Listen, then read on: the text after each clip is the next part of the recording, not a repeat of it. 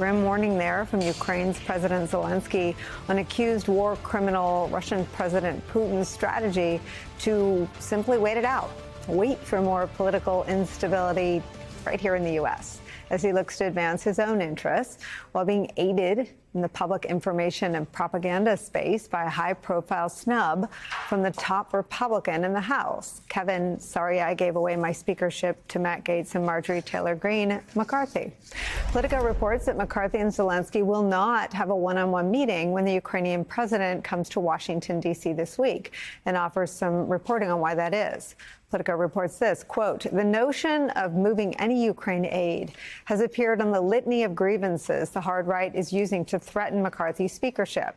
And even Marjorie Taylor Greene, one of McCarthy's top allies on the right, told Playbook recently that no amount of border funding could compensate for another injection of U.S. taxpayer money overseas, and calling the battle against Russia's invasion, quote, a war that should be over.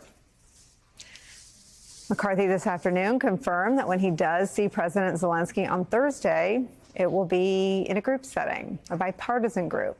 That the GOP position on aid for a U.S. ally in a hot war with Russia is being driven by Marjorie Taylor Greene is only the second most outrageous part of this story. Here's Zelensky on the stakes of withdrawing U.S. support. I just think they're not supporting only Ukraine alone. If Ukraine falls, Putin will surely go further. What will the United States of America do when Putin reaches the Baltic states, when he reaches the Polish border? He will. This is a lot of money. We have a lot of gratitude.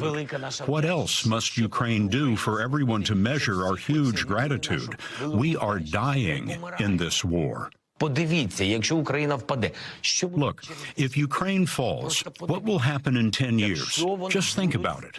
If the Russians reach Poland, what's next? A third world war? But not even the very real threat of a third world war could stop the GOP frontrunner Donald Trump from gushing when he heard about Vladimir Putin's warm fuzzies for him. Trump telling NBC News this, quote, well, I like that he said that because that means what I'm saying is right. Republican Party leaders in the U.S. bending to Putin as United States ally and Democratic leader of Ukraine, President Zelensky prepares to make a personal appeal before the United Nations General Assembly here in New York tomorrow for our continued support is where we start the hour with some of our favorite experts and friends. Retired four-star Army General and MSNBC military analyst Barry McCaffrey joins us. Joining me at the table, Democratic Congressman Eric Swalwell of California is here, and writer-at-large for The Bulwark and MSNBC political analyst Tim Miller is here. Congressman, I start with you. It's embarrassing, right? It's not just the Marjorie Taylor Greene keeping Kevin McCarthy from pledging ongoing support for an ally in the region. It's at the same time Trump playing coochie-coochie-coo with Putin over his compliments in an interview. When you see Zelensky, what do you say about that? I'm sorry. I'm sorry that, the person who's second in line to the presidency has reduced himself to such a weak, pathetic position.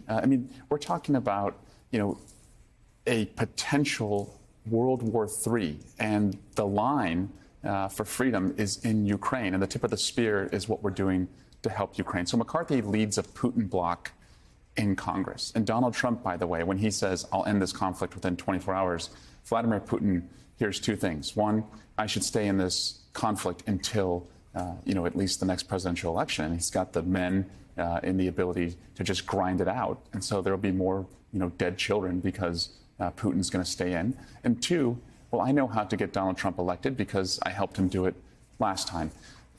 If Kevin McCarthy and his conference are so hell-bent on going after China, which really does unite the Congress, the best way to keep China out of Taiwan is to show strength in Ukraine. If we pull out of Ukraine, not only could we see further losses in Europe, Xi and China would certainly see a green light to invade Taiwan.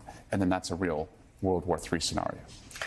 So I guess my question is, if we know what Putin was willing to do to help a reality TV star win in 2016 because he feared a Hillary Clinton presidency, and we know how willing Trump was to publicly embrace it, Putin, Russia, if you're listening, We also know that this time the stakes are so much higher for each of them. Trump is running to stay out of jail, and Putin is running to prevail in a hot war against America's allies.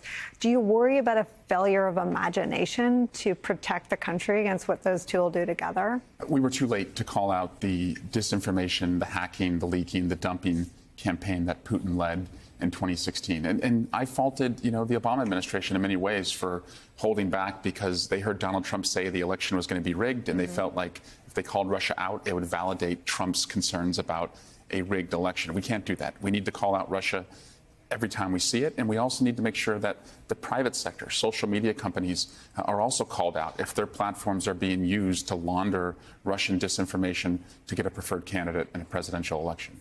Are these conversations ongoing? Yes, certainly. And I have expressed that on the Homeland Security Committee and the Judiciary Committee, and also all of us, though. Your viewers have a role to play in the expectations that they can show, as I said, to social media companies, that your platforms cannot, again, be used for foreign interference. Well, let me just ask you, and then I want to bring in Barry and Tim.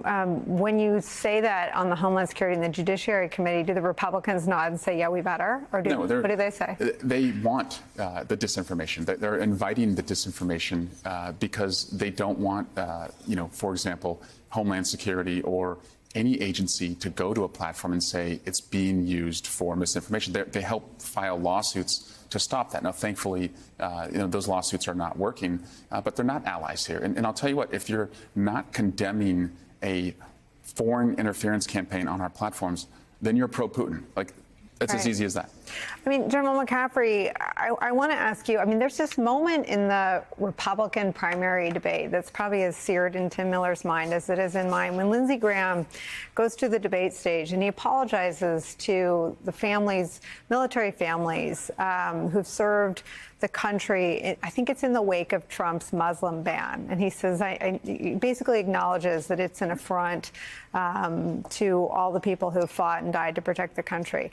I feel like an apology, and of course now he's his part-time caddy, so that didn't mean much. But I feel like an apology along those lines is owed to President Zelensky, as he very passionately said there in the 60 Minutes interview. What else do you need us to do?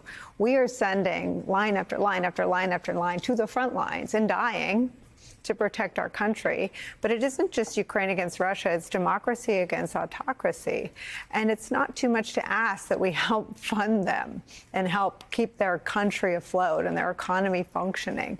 What do you say when the Republican primary for the presidential election is literally, cooing at Vladimir Putin's compliment of him? Vladimir Putin lined up behind Trump, who's calling the prosecutions of persecution, and Kevin McCarthy snubbing Zelensky, who I'm sure understood the importance of a one-on-one with the Republican House leader. Well, it's the most toxic political environment we've seen since the Civil War. It's hard-pressed for me to understand it. Where is the Republican Party that was pro-U.S. armed forces, that was internationalist in scope, that understood the value of NATO, the primary defensive alliance that we're to take part in?